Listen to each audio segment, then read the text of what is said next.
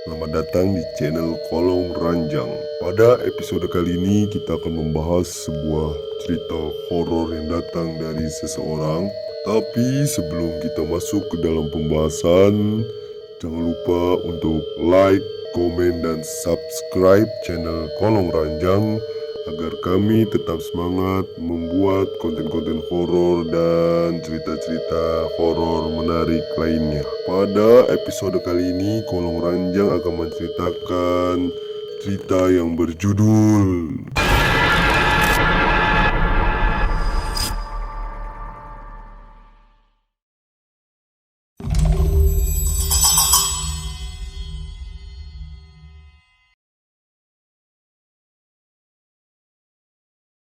Di gelap malam yang sunyi, tepatnya di malam Jumat Kliwon, aku berjalan sendirian melewati jalanan desa yang sepi.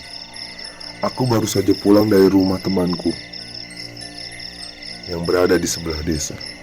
Aku berjalan santai menikmati suasana malam yang indah itu. Tampak bintang-bintang yang bersinar terang di langit malam, menggantikan lampu jalanan yang telah padam. Tampak juga pintu rumah warga yang sudah tertutup rapat. Ketika sedang berjalan santai menikmati suasana malam itu, aku melihat dari kejauhan seorang penjual sate keliling sedang duduk di bawah pohon beringin yang besar. Apa yang dilakukan penjual itu ya? Sekarang kan sudah malam banget, gumamku sambil berjalan menuju ke penjual itu.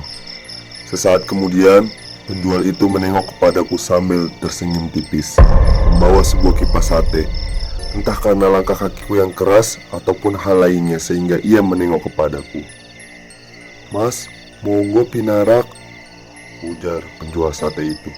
"Iya pak, mau beli sate berapa tusuk mas?" 15 tusuk saja pak." "Ya mas, monggo duduk dulu."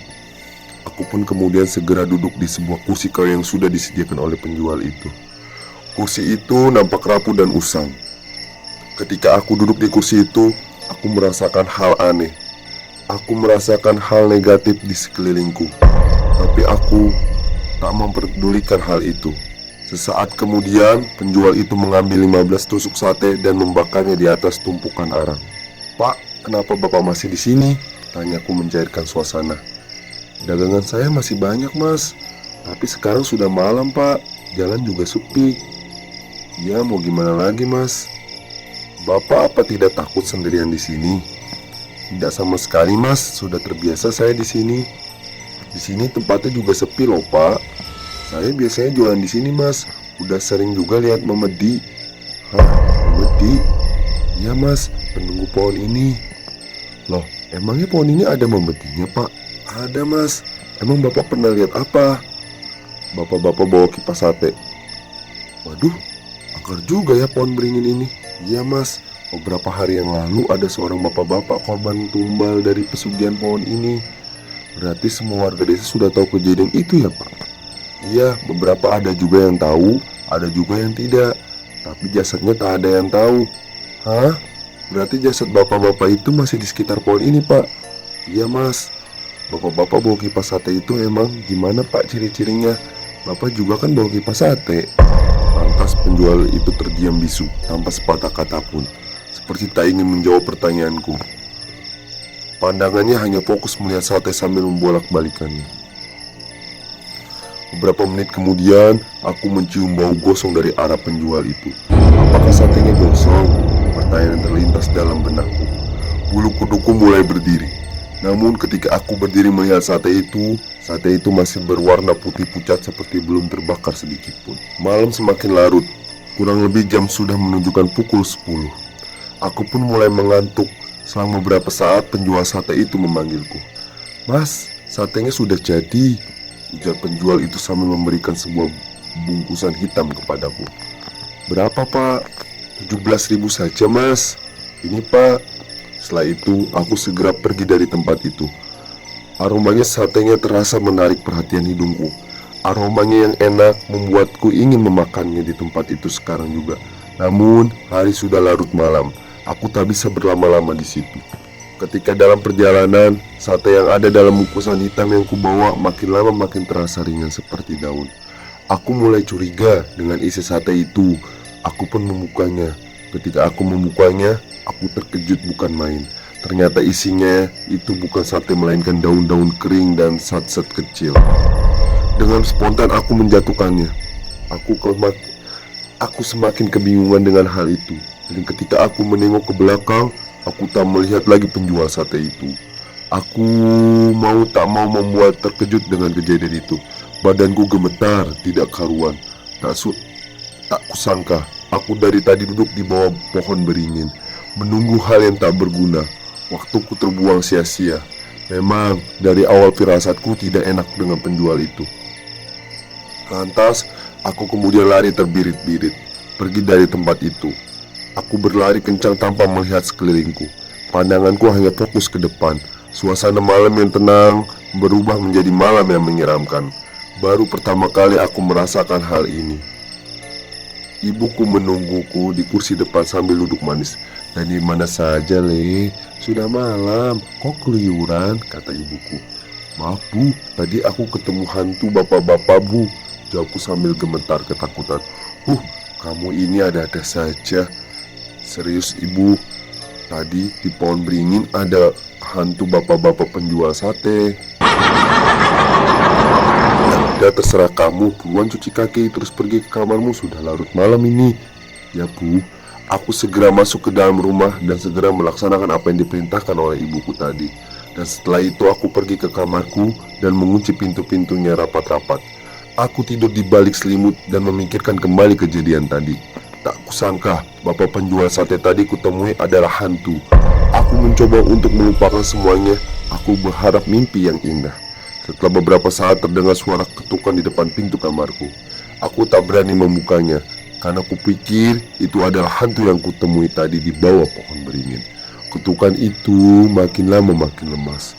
Aku hanya bisa bersembunyi di bawah selimut sambil berkeringat dingin. Selang beberapa menit suara ketukan itu menghilang. Namun aku merasa udara di kamarku dingin sekali.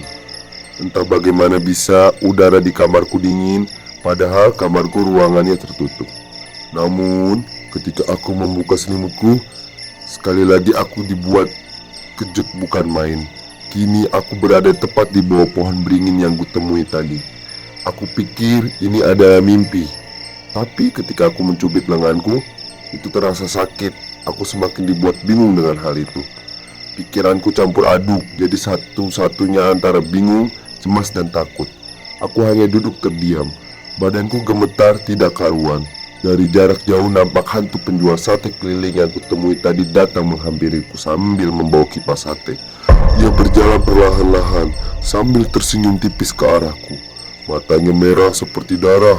Semakin dekat hantu itu, semakin berdegup kencang jantungku. Wajah penjual itu penuh luka sayatan. "Apa yang sebenarnya kau inginkan?" tanyaku ketakutan sambil duduk di bawah pohon beringin itu. "Kuburkan jasadku," jawab hantu itu. Maksudnya?" "Kuburkan jasadku." "Di mana jasadmu?" kataku sambil ketakutan. Hantu penjual sate keliling itu kemudian diam sambil membujuk ke arah pohon beringin yang ada di belakangku. Lantas aku makin bingung dengan hal itu. Ketika aku berkedip, hantu penjual sate itu hilang dalam sekejap tanpa jejak. Aku kemudian pergi ke arah pohon beringin itu, dan benar saja ada sebuah mayat yang ditutupi oleh daun pisang kering. Mataku melotot melihat mayat itu. Aku sontak teriak kaget. Tolong! Tolong!" teriakku lantang. Tak lama kemudian datang dua bapak-bapak yang sedang ronda malam. Mereka bernama Pak Adi dan Pak Doni. "Ada apa, Nak? Malam-malam kok teriak-teriak?" kata Pak Ayadi. "Pak, di balik daun pisang kering itu ada mayat," jawabku sambil gemetaran. Yang serius kamu?" "Iya, Pak, serius. Coba cek dulu, Pak Ayadi. Barangkali benar kata anak ini," ujar Pak Doni. Pak Yadi dan Pak Doni segera mengecek. Ketika mereka membukanya, benar saja. Mereka dikejutkan dengan mayat yang sudah tergeletak membusuk. "Astagfirullahaladzim," kata Pak Yadi dan Pak Doni itu bersamaan. "Pak Yadi, cepat hubungi polisi," kata Pak Doni. Pak Yadi pun segera menelpon polisi dan menjelaskan TKP tersebut. Malam semakin larut. Kurang lebih jam sudah menunjukkan pukul 11:30 malam. Kami bertiga hanya bisa terdiam dan menunggu polisi datang. Selang beberapa menit, Pak Yadi menyuruhku pulang karena malam sudah sangat larut. Aku pun segera pulang dari tempat itu. Ketika aku sedang berjalan, aku melihat beberapa mobil polisi melaju ke arah TKP. Aku pun lega dalam kejadian itu. Dari kejauhan, tepatnya di bawah lampu jalanan yang mati, tampak hantu penjual sate keliling itu sambil memegang kipas sate sedang melambaikan tangannya sambil tersenyum kepadaku. Aku pun senang akan kejadian itu. Kubalas senyum tipis ke arahnya dan akhirnya hantu itu pun pergi menghilang dalam sekejap. Aku pun segera pulang ke rumah dan menceritakan semua kejadian tadi kepada ibuku.